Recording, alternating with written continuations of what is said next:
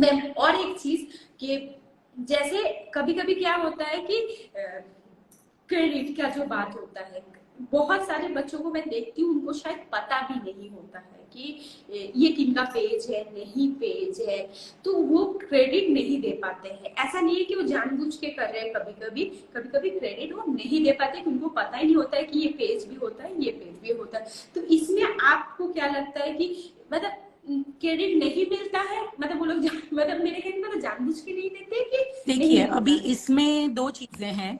अगर आपको पता नहीं है कि ये जो काम है, ये जो डिजाइन है, ये कौन से आर्टिस्ट का है, आपको नहीं पता है और आप क्रेडिट नहीं दे रहे हो, तो वो एक अलग बात हो गई है। कि आपको पता ही नहीं है तो दैट्स ओके, वो आपने जानबूझकर नहीं किया है। बट अगर आपको पता है कि हाँ, मैं किसी आर्टिस्ट का पर्टिकुलरली डिजाइन बना रही हूँ और वो पोस्ट कर रही हूँ, और आपको पता है कि कौन से आर्टिस्ट की डिजाइन है, तो आप कोशिश करो कि आप उनको दो। हाँ, शायद कभी कभी ऐसा हो जाता है क्रेडिट कि हम बहुत स्पीड में अपनी डिजाइन पोस्ट करने जाते हैं, कैप्शन वगैरह ज्यादा बहुत दे नहीं पाते हैं, या हम फास्ट फास्ट करने में कभी हम भूल गए, वो चीज अलग हो गई।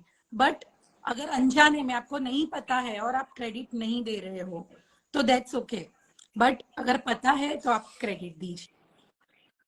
है तो आप दिया कीजिए, क्योंकि इससे क्या होता है वो आर्टिस्ट भी यस, आपको शायद नोटिस करे, उनका काम आप कर रहे हो तो उनके नजर में भी आओगे, उनकी अप्रिशिएशन भी मिलेगी। और फिर क्या है, ये पूरा सिस्टम है टीम का, क्योंकि विदाउट टीम हम काम नहीं कर सकते।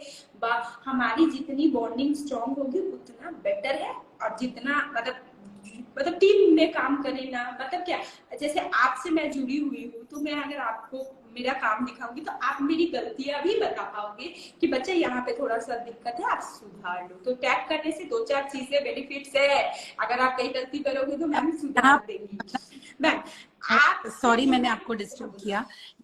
आप जब नहीं टीम की बात कर रहे हो तो मैं यहाँ पे एक चीज ऐड करना चाहूंगी कि इन एनी प्रोफेशन, अगर आप एक लेवल पर आगे बढ़ना चाहते हो तो कभी भी कोई अकेला इंसान एक लेवल पर जाके शायद रुक जाएगा, वो एक बहुत बड़ा सक्सेस कभी भी अचीव नहीं कर सकता है। ये सारी चीजें एक स्ट्रॉन्ग टीम के वजह से होती है। अगर आज मैं ये लेवल पर हूँ, कोई छोटा मोटा अचीवमेंट मैंने अगर किया है, तो ये मेरे अकेले का अचीवमेंट नहीं है। It's all about team work. और एक मिनट में और बताना चाहूंगी, सॉरी, कि टीम वर्क की मैं जब बात करती हूँ तो हमारे साथ बहुत सारे लोग जुड़े हुए होते हैं, बहुत सारे लोगों के साथ हम काम करते हैं, नए नए स्टूडेंट्स, नए नए आर्टिस्ट हमारे साथ जुड़ते जाते हैं। तो हम जब लोगों के साथ काम कर रहे हैं, जब हम टीम के साथ काम कर रहे हैं, तो उनको उनके साथ भी हमारे थोड़े फ्रेंडली रिलेशन हो, उनको हमारे साथ काम करने में मजा आए, एक कंफर्ट फीलिंग आए, ये बहुत जरूरी है। और एक दूसरे के साथ एक एक कंफर्टेबल एटमॉस्फेयर में जब हम काम करेंगे तो उसका रिजल्ट भी बहुत ज्यादा अच्छा आएगा। तो सिर्फ मेरा काम नहीं, मेरी टीम का काम भी उठकर आएगा, मेरी टीम के काम को भी प्रेज किया जाएगा। मैं इस मामले में मैम मैम का एक चीज बताना चाहूंगी सबको। मैम का मैंने सारे रील्स देखे हैं, मतलब फॉलो करती हूँ, क्योंकि उनको वो कभी भी टीम के बीच में वो फ्रंट पे खड़ी नहीं होती है। मैंने कितनी बार देखा, अपने बच्चों को सामने रख के पीछे खड़ी होती है। मतलब वो हमेशा केरला वाला जो ट्रिप मतलब ऑर्डर था, फिर बीच में और एक ऑर्डर था, सब में वो अपने बच्चों को सामने रख के हमेशा फोटो व वीडियोस बनाई है, मैंने देखा है। ये चीज मैंने भी आपसे सीखा है कि टीम में कैसे काम करना चाहिए, हेल्दी माहौल। देखिए ऐसे तो हम लोग सामने नहीं मिलते, किंतु वीडियो से भी जो इंस्पायर होते हैं कि हमेशा पीछे रह के अपने बच्चों को सामने रखना, ये मैंने आपसे सीखा है। मैं सच बोल रही हूँ कि आज भी मैं भी जो काम करती हूँ अपने बच्चों के साथ ही काम करती हूँ, जिनको मैं सिखाती हूँ। चेंज होते रहते हैं क्योंकि उनके भी काम आ जाते हैं जब वो सीनियर थोड़े हो जाते हैं। बट हाँ, हमेशा अपने बच्चों को सामने रखना, उनके लिए मतलब प्लेटफॉर्म बना देना, बट टीम वर्क में एक अच्छा माहौल क्रिएट करना, वो मैंने आपसे सीखा है। ये क्रेडिट तो मैं और देना ही चाहूंगी जब आपको। सीजन नवंबर से अक्टूबर नवंबर से जब हमारा सीजन स्टार्ट होता है, तब से लेके अप्रैल मई तक की अगर मैं बात करूं तो वो 6-7 महीने ज्यादा टाइम हम हमारी टीम के साथ स्पेंड करते हैं, उतना टाइम शायद हम हमारी फैमिली के साथ भी स्पेंड नहीं करते हैं। दिन रात जिनके साथ हमें रहना है, दिन रात जिनके साथ हमें काम करना है, उनके साथ के रिलेशंस तो हमारे और ज्यादा अच्छे होने चाहिए। ये बात तो एकदम सही है मैम। और मेरी लाइफ पे आए हैं मैम, और बिना टिप्स दिए तो आप जा नहीं सकते, बिगिनर हो या एक्सपीरियंस, तो आपको एक अच्छा सा टिप्स देना ही ओके, पड़ेगा सबके लिए। टिप्स मैं इस चीज को टिप शायद नहीं कहूंगी, बट मैं मेरे एक्सपीरियंस से मैं आपको चीजें, दो तीन चीजें शेयर करूंगी। उसमें सबसे पहली चीज मैं हर एक बिगनर आर्टिस्ट को कहना चाहूंगी कि अगर आपको कोई छोटा सा ऑर्डर भी आ जाता है, उसमें आपको शायद पैसे उतने नहीं मिलने वाले हैं, तो आप ये मत सोचो कि यार एक जन को मेहंदी लगाने के लिए मैं इतने दूर तक जाऊंगी और मुझे उधर 500-1000 रुपए ही मिलेंगे, तो क्या जरूरत है जाने की। तो जब आप स्टार्टिंग फेज में एज अ बिगनर जब आप काम कर रहे हो, तो पैसों के पीछे मत भागो। ये मेरा सब लोगों को कहना है। ऑफ कोर्स हम जो एफर्ट दे रहे हैं उसके सामने हमें उतना रीपे मिलना चाहिए, हमारे एफर्ट्स का हमें जो रिफंड है वो मिलना जरूरी है। बट स्टार्टिंग में आप ये कोशिश करो कि आपका काम एक बेस्ट लेवल पे जाए। एक बार आपके काम ने बोलना शुरू कर दिया, आपको बोलने की जरूरत नहीं पड़ेगी। और एक बार जब आपका काम लोग देखेंगे और वो फिनिशिंग, वो क्रिएटिविटी, हर चीज देखेंगे, वो यूनिकनेस जब देखेंगे, तो पैसे तो ऑटोमेटिकली आने वाले हैं। It's a by product. फिर आपको वो देखना नहीं पड़ेगा कि पैसे मुझे कितने मिल रहे हैं कितने नहीं मिल रहे हैं, वो मिलने ही वाले हैं। बट स्टार्टिंग में ज्यादा से ज्यादा क्लाइंटल बनाने की कोशिश करो। एक क्लाइंट ने आपको स्टार्टिंग में शायद 500-1000 का ऑर्डर दिया है, बट उसको भी आपने अपना बेस्ट दिया है, तो वो क्लाइंट शायद कल आपको 30-40 या 50 हजार का ऑर्डर भी दे सकता है। तो ये ये मेरी इसमें मैं एक चीज क्लियर करना चाहूंगी मैम, मेरे कोई क्वेरी से मेरे मन में आया। जैसे एक जस्ट एग्जाम्पल, जैसे मेरा 500 का मैं इतना लगाती हूँ, जस्ट एग्जाम्पल दे रही हूँ, तो आप क्लाइंट अगर बोले कि नहीं 300 में लगा देना है, तो क्या मुझे जाना चाहिए? देखिए, आपको वो 500, आप जो काम दे रहे हो, अगर उसको वो लगता है कि नहीं उसकी वैल्यू एक्चुअल 500 ही होनी चाहिए, एक बार आपको क्लाइंट से बात करना चाहिए कि मैम मैं जो एफर्ट्स दे रही हूँ या मेरी जो फिनिशिंग है या मैं जो काम आपको दे रही हूँ, वो काम एक बार आप देखिए, उसका नीटनेस, उसका फिनिशिंग देखिए, फिर आप जज करिए। क्योंकि 500 का काम 300 में मैं एक बार दे दूंगी, मैं शायद मना नहीं भी करूंगी, मुझे स्टार्टिंग में एज अ बिगिनर काम की जरूरत है तो मैं मना नहीं भी करूंगी। पर मैम फिर भी एक बार आप मेरी पूरी मेहंदी लगाने के बाद डिसीजन लेना कि आपको मुझे 500 देना चाहिए या नहीं देना चाहिए मेरे काम का।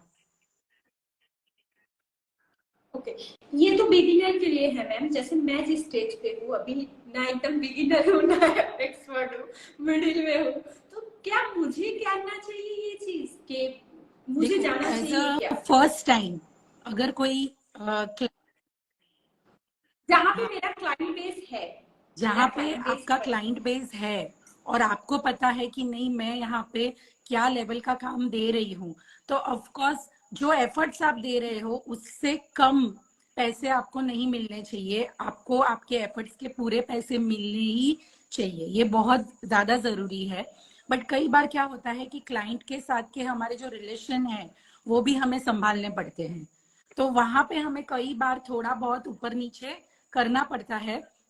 बट वहां से अगर एक लॉन्ग टाइम रिलेशनशिप हमारा बिल्टअप हो रहा है, तो एक बार के लिए हमें थोड़ा बहुत कॉम्प्रोमाइज करना चाहिए, बट इतना ज्यादा कॉम्प्रोमाइज भी नहीं करना है कि हम जो लेवल का काम दे रहे हैं उसके सामने हमें कुछ मिल ही नहीं रहा है।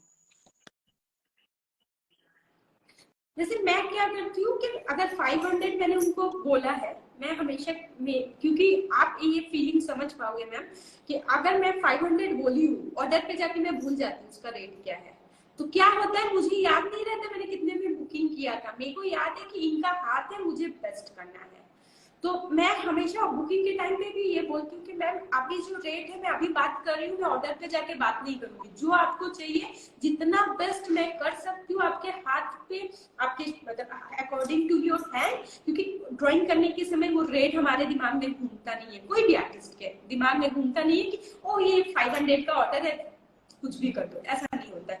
जब भी हाथ मिलता है तो हम लोग बेस्ट करने की कोशिश करते हैं। तो मैं हमेशा ये कोशिश करती हूँ, अगर 500 मैंने रेट रखा है तो 500 पे मैं जाके मगर वहां पे एक मैंने 1000 का 2000 का 3000 का भी काम करके चली आऊंगी, मगर मैंने जो अपना कम मतलब वक्त का पेमेंट मांगा था वो तब वही रहता है। बट जाके जो आपने बोला है कि अपना बेस्ट करो, तो उस टाइम पे हम लोग जाके अपना या और बेस्ट इसमें करते हैं। एक चीज है कि अगर समझ लो आप किसी को 500 या फिर एग्जाम्पल आप 1000 रुपीज वाली मेहंदी आपने डिसाइड की है, उसमें आपने जो भी लेंथ उनको डिसाइड की है, तो आप 1000 रुपीज में उनको काम ऐसा दो कि उनको लगे कि ये काम का तो 1000 नहीं 1500 देना चाहिए। या फिर पूरी डिजाइन में आपने कुछ सिंपल सा काम दिया है बट एक दो एलिमेंट वो डिजाइन में ऐसे डाल दो, जैसे पीकॉक्स हो गए या कुछ कटवर्क की डिजाइन हो गई, तो वो हम ऐसा कुछ एलिमेंट एक दो भी ऐड कर देते तो client will be very happy कि इतना अच्छा आपने लगाया है। तो कुछ एलिमेंट ऐड ऑन कर दो उनको, तो वो उससे भी खुश हो जाएंगे। तो मैं एक एक्सपीरियंस शेयर करना चाहूंगी मैम आपसे। हम बोले ना आज का कॉन्वर्सेशन थोड़ा लॉन्ग होने वाला है, सब बैठ के। तो मेरी एक बुकिंग थी ब्राइडल में, फ्लोरल में थी। तो मैं गई तो ले वो ब्राइड बहुत ही स्वीट थी, और जब मैं ऑर्डर पे बैठी ना तो उनके हाथ में जो गैप बन रहा था वो फिगर का गैप बन रहा था, मतलब फ्लोरल से ज्यादा फिगर का गैप बन रहा था। तो मैंने ना उनसे पूछा नहीं, मैंने फिगर ही बना दिया। तो जब बिल पे करने की बात आई तो सामने से ही बोली कि आपका तो फिगर वर्क हुआ है, आपका पेमेंट क्या है। मुझे नहीं, मैंने फ्लोरल के लिए ही बुकिंग लिया था, आप मुझे फ्लोरल का ही चार्ज करो। तो मेरा कॉन्सेप्ट ये है कि जिस पे बात हुआ था हम जाते हैं, मगर अगर क्लाइंट का थोड़ा सा वो अच्छा रहता है, हमारे ड्राइंग करने के समय थोड़े बहुत चीजें हमको देनी पड़ती है, जैसे पीकॉक की बात नहीं हुई, पीकॉक दे दिए, तो ये चीज आप लोग कर सकते हो कि आप अपना बेस्ट दो, शायद थोड़ा बहुत मतलब करो कि भाई पीकॉक की तो बात नहीं हुई, क्यों पीकॉक दे, वो चीज मत हाँ, सोचो, पीकॉक दे उसमें कुछ दो। वाला नहीं है, आप एक दो चीजें एक्स्ट्रा दे दोगे उसमें कोई भी प्रॉब्लम नहीं होने वाली, और आपका 5 मिनट एक्स्ट्रा जाएगा ज्यादा से ज्यादा। और एक बात और मैं यहाँ पे कहना चाहूंगी कि ये जो फील्ड है, यहाँ पे हम एवरी डे हम लोगों के साथ काम करते हैं, या वो हमारी टीम हो या वो हमारे क्लाइंट हो। क्लाइंट यानी कि ये, हाँ, और नए तो यहाँ लोगों के ये साथ फील्ड ऐसा है जहाँ पे हर रोज हम नए नए लोगों से मिलते हैं, और इतना सारा नेटवर्क हमारा यहाँ पे ये फील्ड में बनता है। कोई कहाँ पे रहता है, हम उनके घर पे जाते हैं, कभी उनसे मिले नहीं है, सिर्फ फोन पे बात की है, बुकिंग लिया है, हम उनके घर पे गए और हमें एक नया इंसान मिला और उनसे हमारे और कॉन्टेक्ट क्रिएट होते हैं। तो जब हम लोगों के साथ काम करते हैं, हम ये फील्ड में है, तो रिलेशनशिप बिल्ड करना लोगों के साथ बहुत ज्यादा जरूरी है। और रिलेशनशिप बिल्ड करने के लिए हमेशा हमें खुद को एक हम्बलनेस हमारे में होनी बहुत ज्यादा जरूरी है। आप कितने भी बड़े लेवल पे जाओ, बट आप डाउन टू अर्थ हो, आप लोगों के साथ एक हम्बलनेस के साथ बात करते हो, तो लोगों को आपके साथ काम करने में भी मजा आएगा। आपके काम में कुछ कभी 19-20 भी हो जाएगा ना, still they will always call you कि नहीं ये बंदी अच्छी है, इसके साथ काम करने में मजा आ रहा है। तो ये बहुत जरूरी है कि आप हम्बल हो, आप रिलेशंस हमेशा मेंटेन करके रखो अपने क्लाइंट के साथ, कि लॉन्ग टर्म, जैसे एंगेजमेंट पे बुलाया, फिर शादी में बुलाया, फिर बेबी शावर में बुलाया, फिर हर बार हमें ही बुलाया। ये ये चीज आप लोगों को समझनी चाहिए कि देखिए मैम जिस पोजीशन पे है, फिर भी मतलब आप बातों से समझ पा रहे हो कि क्यों कन्वर्सेशन बढ़ रही है, क्योंकि उनकी वो हम्बलनेस है, वो इतनी हम्बल है, इसीलिए कन्वर्सेशन लेंदी हो रही है। क्योंकि आज वो उस जगह पे होके भी इतना डाउन टू अर्थ होके आप सबकी बातें को समझ रही है, आंसर कर रही है। क्योंकि ये जो सारे क्वेश्चन है ये आप लोगों से लिया हुआ है जो मैं मैम से पूछ रही हूँ। और एक चीज और मैं बताने की कोशिश करूंगी इसमें, जैसे मैम ने बोला ना कि आपके कि हम्बल नेचर का क्या बेनिफिट्स है, मैं और एक बेनिफिट्स बताती हूँ। वो जब ना रिव्यू करते हैं कहीं पे, आप लोग तो मानते हो कि उनका रिव्यू मैंने कितनी बार नोटिस किया है, वो मेरे कैरेक्टर के बारे में भी लिखते हैं। Barnali is a very humble person, उनके साथ काम करने में बहुत अच्छा लगा, वो जॉली है बहुत। मतलब ये मेरी क्राइटेरिया नहीं है, मैंने अच्छा मेहंदी लगाया है, कलर कैसा आया है, कितने दिन स्टे किया है, उनको ये रिव्यू करना होता है। मगर मैंने कितनी बार नोटिस किया है, उन्होंने मेरे व्यवहार के बारे में भी तारीफ करने से नहीं चूका। तो ये बेनिफिट्स आपको मिलेंगे, क्योंकि अगर उनको आपका व्यवहार खराब लगा ना, तो आपको बोलने की जरूरत नहीं, वो रिव्यू में लिख देंगे। आप एटीट्यूड की मैं अगर बात करूं, तो एटीट्यूड आप में होना चाहिए थ्रूवर्ड्स योर वर्क। मेरा काम कैसे बेहतर हो, वो एटीट्यूड को हमें लेना चाहिए। हमें एटीट्यूड हमारे दिमाग में नहीं बैठाना है, और एटीट्यूड के साथ अगर हम चलेंगे तो कोई हमारे नजदीक नहीं आएगा। थोड़े दिन सब लोग आपकी वाह वाह वाह वाह करेंगे, बट वो कब गायब हो जाएंगे वो भी पता नहीं चलेगा। तो एंड तक अगर आप डाउन टू अर्थ हो, और लोगों के साथ अगर आपके रिलेशन अच्छे हैं, तो वो नेटवर्क और बड़ा होता जाएगा। ये चीज मैम ने एकदम सही कहा है कि दो चीज आपको टिप्स के हिसाब से ले लेना चाहिए कि भाई, एक तो आप जितने में रेट पे बुक करें उससे डबल करने की कोशिश करो, अपना जितना बेस्ट है। जैसे एक गेम खेलता है लाइव, वैसे हम लोग भी लाइव परफॉर्म करते हैं, तो उस लाइव परफॉर्म में जितना आपका, मेरे तो साथ ऐसे भी हुआ है, मैं एक चीज बताती हूँ। ब्राइड को भी बुखार, मेरे को भी बुखार, उनकी मम्मी उनको भी दवाई दे रही है, मेरे को भी दवाई दे रही है, मतलब क्योंकि शादी तो होने वाली है और मैं आ गई हूँ। मैंने तो ये एफर्ट आपको लगानी है, कुछ भी हो जाए। कितनी बार आपकी भी मैम तबीयत खराब होती होगी, क्योंकि हम ह्यूमन है, सीजन चेंज हो रहा है, वेडिंग सीजन में तो ठंडा रहता है, फिर भी जाके हम लोगों को बेस्ट अपना काम करना है। नहीं सॉरी, आप बोलिए, कंप्लीट कीजिए। जब जैसे आपने बताया वैसे मैं भी बताना चाहूंगी कि मेरे साथ कई ऑर्डर्स में ऐसा हुआ है कि जब हम मेहंदी लगा रहे हैं ब्राइड को, तो हमें डिस्टर्ब नहीं हो, या हमें ब्रेक लेके स्पेशली खाना खाने के लिए या ब्रेक नहीं लेना पड़े, तो ब्राइड की मॉम ने या उनके कोई रिलेटिव ने लिटरली हमें बोला है, आप आपका काम चालू रखो, हम आपको खिला रहे हैं। ऐसा भी हमारे साथ हुआ है कि उतना फैमिली जैसा हमें ट्रीट किया जाता है, और ये सब कुछ हो पाता है एज अ पर्सन। आप हम्बल नेचर की वजह से मैम, आप जो अपना मतलब टेक्सचर दिखा, मतलब वो होता है नेचर दिखाते हैं, तो वो भी सोचते कि ये हमारी फैमिली जैसा है। तो दो चीज मैम ने लास्ट में वो किया है कि एक तो आपको हम्बल होना है सबसे पहले। आप कितना भी बड़े आर्टिस्ट हो, आप अपने काम से दिखाओ। छोटे आर्टिस्ट हो, बड़े देखो, छोटा बड़ा, सॉरी वर्ड गलत है, मैं रेक्टिफाई करने की कोशिश कर रही हूँ। सीनियर हो, जूनियर हो, जूनियर आर्टिस्ट हो, सीनियर आर्टिस्ट हो, कोई भी हो, आप अगर हम्बल हो तो आपका मतलब वो क्या बोलते हैं, कनेक्शन बहुत अच्छा होने वाला है, दूर तक रहने वाला है। मैम लास्ट में हम लोग थोड़ा सा 5 मिनट वो ले लेंगे, कुछ कमेंट्स ले लेंगे। बहुत जन हाई बोल रहे थे, हम लोग वो ध्यान नहीं दे पाए, तो थोड़ा सा कमेंट्स ले लेंगे और फिर बाय करके हम लोग ये हम कमेंट्स भी देख लेते हैं लोगों की। और ये लाइव एंड होने के पहले एक बहुत इम्पोर्टेंट चीज जो मैं बहुत स्ट्रांगली बिलीव करती हूँ, वो मैं शेयर करती हूँ सब लोगों के साथ, बट उसके पहले हम कमेंट देते हैं। हाय हाय प्रिंसेस,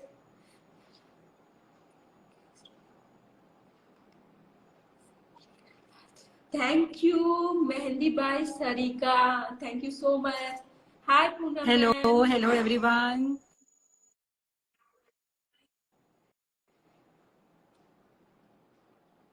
कमर कमर पेन करता है, शायद इन्होंने लिखा है क्या, कमर बहुत पेन करता है, इसमें क्या बोलेंगे मैम? कमर आप बहुत बताइए। पेन करता है, मुझे भी करता है। तो यहाँ पे मैं कहना चाहूंगी कि जब आप किसी को मेहंदी लगा रहे हो या ब्राइड को। Hi Pinky ji, sorry ma'am थोड़ा सा डिस्टर्ब किया, पिंकी जी बीच में। Hello Pinky, hi how are Pinky you? जी। तो यहाँ पे मैं हाँ, फरहान जी आपकी big fan, Farha, I hope Farha है, आपकी बिग फैन है मैम। हाँ, अब वो कमर तो वाला मैम काम के साथ अपनी हेल्थ पे भी फोकस करना बहुत जरूरी है। हेल्थ अच्छी होगी तो आप लॉन्ग टाइम तक काम कर पाओगे। तो जब आपको पता है कि एक ब्राइडल मेहंदी में आपको 4-5 घंटे लगने वाले हैं, या कोई ऑर्डर जो बहुत लंबा चलने वाला है, तो आप कोशिश कीजिए कि एवरी हाफ एन आवर या 45 मिनट्स में एक बार आप अपनी जगह से खड़े होकर थोड़ा सा स्ट्रेचिंग करो बॉडी को, थोड़े से हाथ पैर आपके हिलाओ। और हम कंटिन्यू जो बैठे रहते हैं तो बीच बीच में थोड़ा सा हमें खड़ा होना है। हमारी कमर हमेशा झुकी हुई पोजीशन में होती है बिकॉज हम मेहंदी लगाते हैं, तो उसको रिवर्स पोजीशन में थोड़ा सा बेंड करो। ये एक हाफ एन आवर 45 मिनट्स या 1 घंटे में एटलीस्ट एक बार करना बहुत जरूरी है। तो ऑटोमेटिकली हमें थोड़ी सी रिलीफ हो जाएगी। और पानी पीना बहुत ज्यादा जरूरी है। मैम और एक चीज किसी ने पूछा है कि फिनिशिंग नहीं हम्म। आ रही है उनकी, मतलब वो प्रैक्टिस तो कर रही है बट हाँ, फिनिशिंग तो नहीं आ रही है। फिनिशिंग के लिए मैं हमेशा सब लोगों को बोलती हूँ कि जब आप किसी के पास मेहंदी सीखने जाते हो, या आप किसी डिजाइन को एक बार देख रहे हो इंस्टाग्राम पे या कहीं पे, तो आपका ऑब्जर्वेशन बहुत अच्छा होना चाहिए कि उन्होंने किस टेक्निक से ये काम किया है, फिनिशिंग कहाँ कहाँ से हाथ को उठाया स्टार्ट है। किया है, हर एक थिन लाइन थिक लाइन के बीच में कितना गैप रखा है, हर एक चीज। इवन जो छोटे छोटे हम स्कैलप्स भी बनाते हैं, वो काफी लोगों के बहुत मोटे मोटे हो जाते हैं, तो वो कितनी बारीकी से किए गए हैं। हर चीज को आप डिटेल में अच्छी तरह ऑब्जर्व करोगे, ऑटोमेटिकली आपकी मिस्टेक्स रेक्टिफाई होंगी और आपकी फिनिशिंग अच्छी हो जाएगी। मैम हेना 07887 है जो इंग्लैंड से है, उनको ऑनलाइन क्लासेस करना है क्योंकि वो बाहर से इंडिया में नहीं है। तो मैम क्या आप ऑनलाइन क्लासेस प्रोवाइड करते हैं? फिलहाल मेरा कोई ऑनलाइन बैच नहीं है अभी। फिलहाल मेरा सिर्फ ऑफलाइन बैच ही कंटिन्यू है।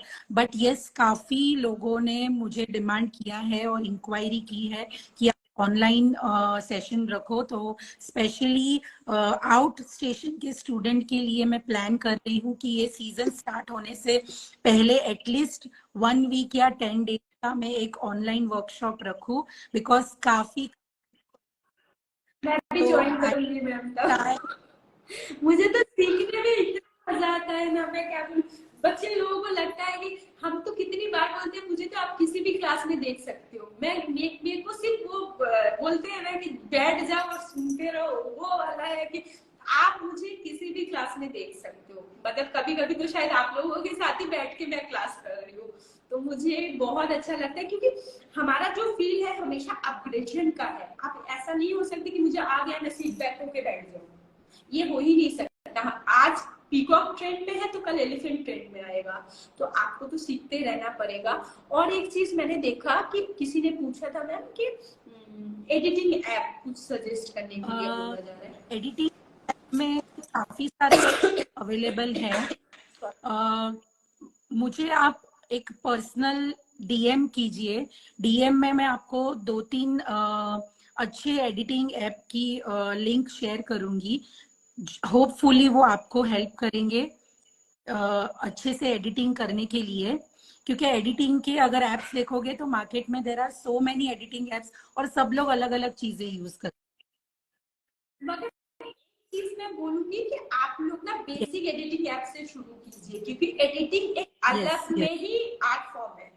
तो आप जैसे मैम ये ऐप यूज करें हम भी करेंगे तो सेम हो जाएगा, ऐसा नहीं, क्योंकि उसमें भी बहुत बारीकी से काम करना पड़ता है, चीजों को चेंज करना पड़ता है। तो बेसिक एडिटिंग ऐप अगर आप ट्राई करते हो, धीरे धीरे देखिएगा आप खुद उसमें एक्सपर्ट होते जाओगे और फिर जो एक्सपर्ट बने एप्स है आप उसको ज्वाइन कर पाओगे। और लास्ट में मैम आपको कैसा लगा ये एक्सपीरियंस, आपको बात करके कैसा लगा, लाइव करके कैसा लगा, ये पॉडकास्ट आपको कैसा लगा, मैं जानना चाहूंगी। फिर हम लोग बाय करेंगे और बाकियों का अगर कोई भी क्वेरीज रहेगा तो आप इस वीडियो को पोस्ट होने के बाद कमेंट कीजिएगा क्योंकि आपके कमेंट रिकॉर्ड नहीं होंगे लाइव के बीच में। आप सेव होने के बाद कमेंट कीजिएगा। मैं हूँ विवा जी, कोई भी अगर क्वेरीज रहेंगे हम लोग क्लियर करने की कोशिश करेंगे आपकी क्वेरीज तो को। यस, मुझे भी ये सुन करके बहुत मजा आया, बहुत इंजॉय किया। इसमें एक्सपीरियंसेस जो मेरे हैं, जो थोड़ा बहुत मुझे पता है, वो मैंने आप लोगों के साथ शेयर किया। तो इवन थोड़ा नहीं मैम, तो बहुत सारा। बर्नाली, मुझे आपके साथ बात करके बहुत मजा आया। और यहाँ पे एक चीज मैं भी आपको कहना चाहूंगी कि आपकी जो इंस्टाग्राम पेज है उस पे मैं भी देखती रहती हूँ कि आप छोटे छोटे वीडियोस बनाते हो जिसमें आप छोटी छोटी टिप्स आर्टिस्ट के साथ शेयर करते हो। तो वो टिप्स भी बहुत हेल्पफुल है। उसमें से भी काफी टाइम काफी सारी चीजें मैं भी देखती हूँ, सीखती हूँ। और बिगनर्स आर्टिस्ट के लिए ये छोटे छोटे आपके जो क्लिप्स हैं बहुत हेल्पफुल हैं। So very nice, very good, and all the very best.